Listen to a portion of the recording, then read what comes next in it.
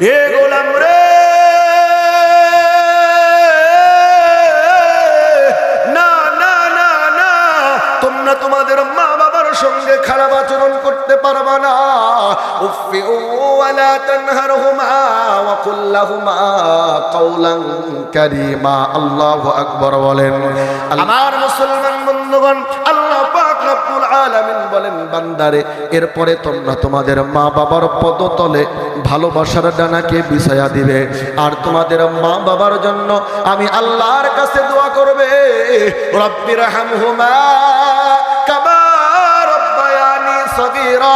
আমি আল্লাহর কাছে দোয়া করবে, আল্লাহ আমাদের মা বাবা ছোট্টবেলায় আমাদের প্রতি যেমন দয়া করেছেন, দয়া মায়া মোহাব্বত ভালোবাসা দিয়ে ছোট্ট থেকে আমাদেরকে বড় করে তুলেছেন, রব্বুল আলামিন আপনিও আমাদের মা বাবার প্রতি অনুরূপ দয়া আর করুণা দান করুন। বলেন সুবহানাল্লাহ।